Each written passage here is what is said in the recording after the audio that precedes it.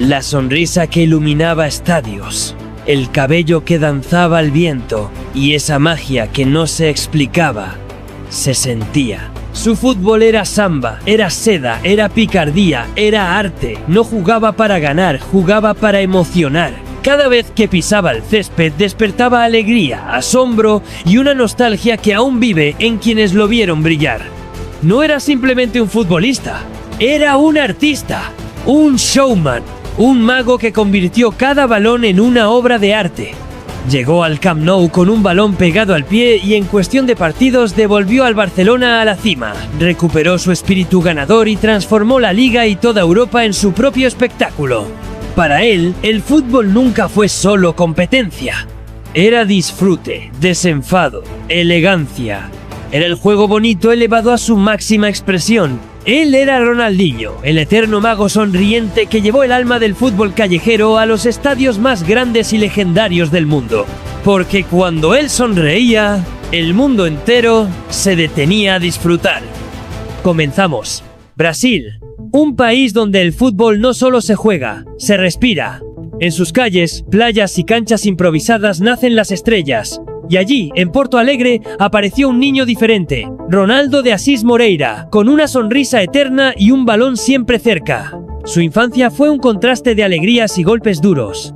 Creció en un hogar humilde, en una familia donde el fútbol era parte de la sangre. Su padre, jugador aficionado, y su hermano mayor, Roberto, que llegó a ser profesional. Pero a los 8 años, la vida le dio un golpe que lo marcaría para siempre, la muerte de su padre. Desde entonces el balón dejó de ser un simple juguete y se convirtió en su refugio. Pequeño de estatura, siempre era el más chico en los partidos del barrio, y así nació el apodo que lo acompañaría para siempre. Ronaldinho, el pequeño Ronaldo. Esa desventaja física lo obligó a desarrollar lo que más tarde sería su marca registrada: velocidad mental, agilidad y una capacidad para improvisar que parecía magia. No importaba el terreno, jugaba en canchas de tierra, en las playas o en las pistas cerradas de fútbol sala. Allí aprendió a controlar el balón en espacios mínimos, a ejecutar regates imposibles y a combinar técnica con ritmo, como si cada jugada fuera un baile. A los 13 años protagonizó una de las historias más recordadas de su juventud. Su equipo ganó 23-0 y él marcó los 23 goles. Ese día quienes lo vieron entendieron que estaban ante alguien especial. Su progresión fue meteórica. Pronto fue convocado a la selección sub-17, donde brilló en el Mundial de 1997. Al año siguiente debutó con el primer equipo del gremio, llevando el estilo callejero al fútbol profesional sin perder un gramo de atrevimiento. Cada vez que recibía el balón, el público se levantaba porque sabían que algo diferente podía pasar. Y fue entonces, con apenas 18 años, cuando Brasil empezó a darse cuenta de que este chico no solo jugaba, este chico iba a cambiar el juego para siempre. El mundo estaba a punto de conocer al mago que transformaría el fútbol en espectáculo. Ronaldinho no tardó en convertirse en la joya más brillante del gremio. Con apenas 18 años ya jugaba como si llevara toda una vida en el profesionalismo. Su estilo rompía moldes, control de balón milimétrico, regates imprevisibles y esa capacidad de sonreír mientras humillaba rivales. Uno de sus primeros grandes momentos llegó en una final del Campeonato Gaúcho de 1999. Enfrente estaba Dunga, capitán de la selección campeona del mundo en 1994. En 2 jugadas seguidas, Ronaldinho lo dejó completamente fuera de combate con fintas y amagues que parecían sacados de un partido en la playa. Aquella noche, la prensa brasileña no hablaba de otra cosa. Había nacido una nueva estrella. Los ojeadores europeos ya le seguían de cerca. Arsène Wenger, técnico del Arsenal, estuvo a punto de llevárselo a Londres en 2001. El acuerdo estaba casi cerrado, pero un permiso de trabajo que nunca llegó frustró la operación. Mientras tanto surgió otra opción: el St Mirren de Escocia, pero un escándalo por pasaporte falso dejó el fichaje en nada.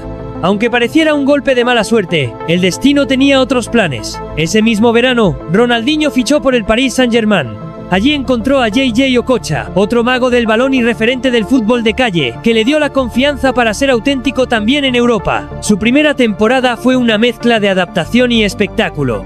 Jugó como mediapunta, extremo izquierdo o segundo delantero, siempre dejando jugadas que levantaban al público. Sin embargo, empezaron a aparecer las primeras críticas. El entrenador Luis Fernández se quejaba de sus escapadas a Brasil y de su gusto por la vida nocturna parisina. Aún así, cada vez que pisaba el césped, las críticas quedaban en silencio.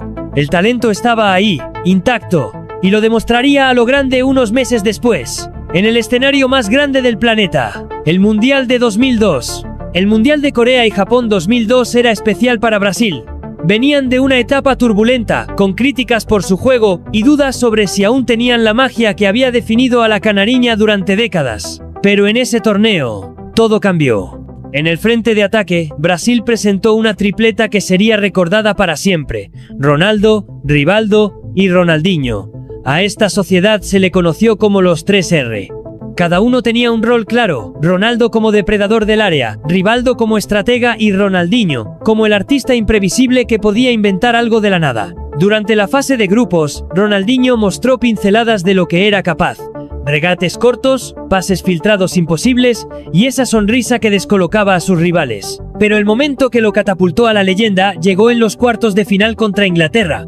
Brasil perdía 1-0. Un pase largo de Ronaldinho dejó solo a Rivaldo, que empató antes del descanso. Y luego ocurrió la obra maestra. Minuto 50, falta desde casi 40 metros, posición más para centrar que para disparar. Ronaldinho miró al portero David Seaman y, sin avisar, le envió un balón bombeado que se coló justo debajo del travesaño. Fue un gol que el mundo entero volvió a ver una y otra vez. 7 minutos después, la euforia se tornó tensión. Ronaldinho fue expulsado por una entrada y se perdió la semifinal. Sin embargo, regresó para la gran final contra Alemania, donde Brasil se impuso 2-0, alzando su quinta Copa del Mundo y consolidándose como la selección más laureada de la historia. Ronaldinho, con solo 22 años, no solo levantaba un trofeo, levantaba también su nombre al estatus de estrella planetaria. Fue incluido en el equipo ideal del torneo y, a partir de ese momento, su carrera en Europa daría un salto irreversible hacia los grandes escenarios. En 2003, el Fútbol Club Barcelona estaba lejos de ser el gigante que conocemos hoy. Venían de temporadas irregulares, con una plantilla sin rumbo claro y un Real Madrid galáctico dominando titulares y trofeos.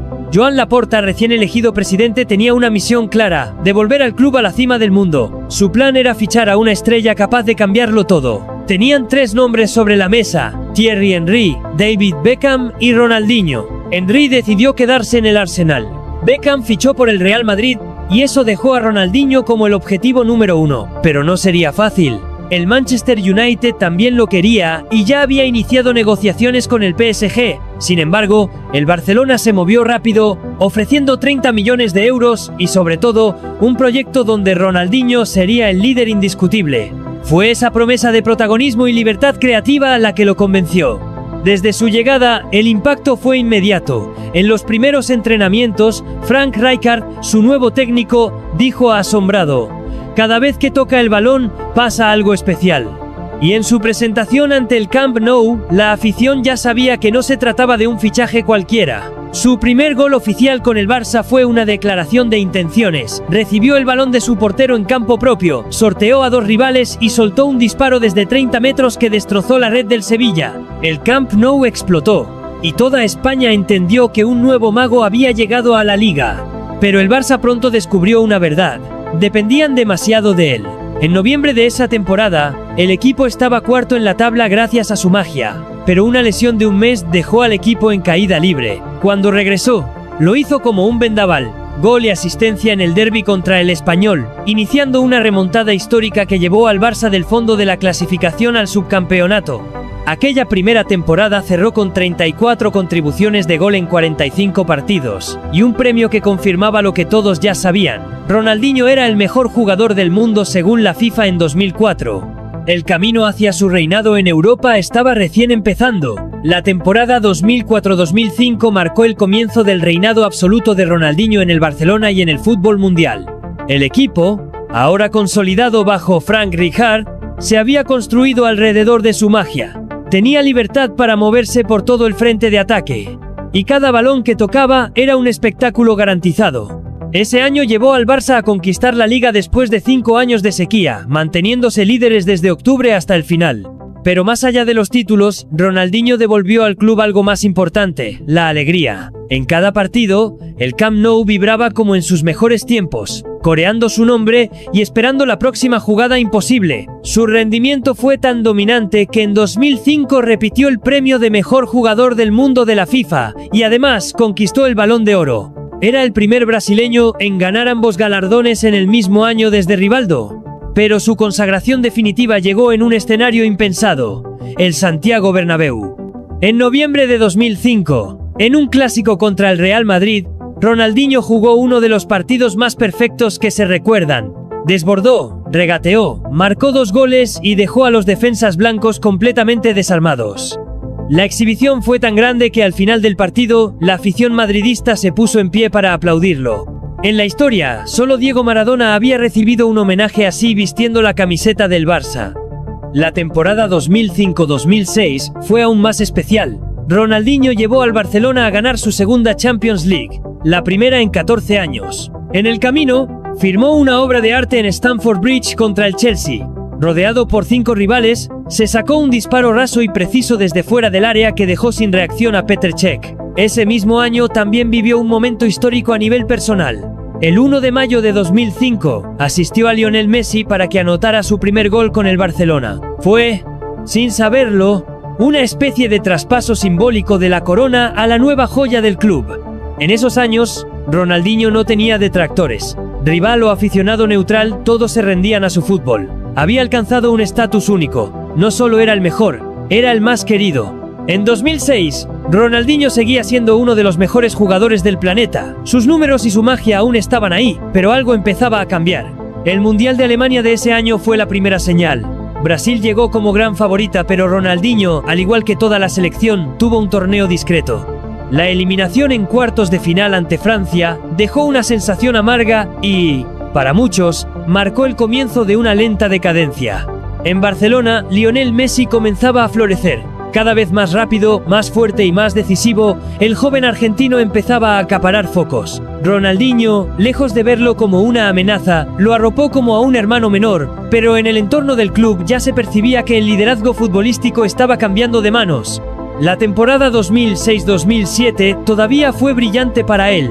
37 participaciones de gol en 49 partidos. Pero fuera del campo, la historia era otra. Su vida nocturna en Barcelona se volvió más intensa. Salidas constantes, entrenamientos a medio gas y una fama que lo empujaba a la tentación de las fiestas y el glamour. El punto de inflexión llegó en 2008, con la llegada de Pep Guardiola como entrenador. A pesar de que Ronaldinho solo tenía 28 años y todavía calidad para competir al máximo nivel, Guardiola tomó una decisión radical: prescindir de él.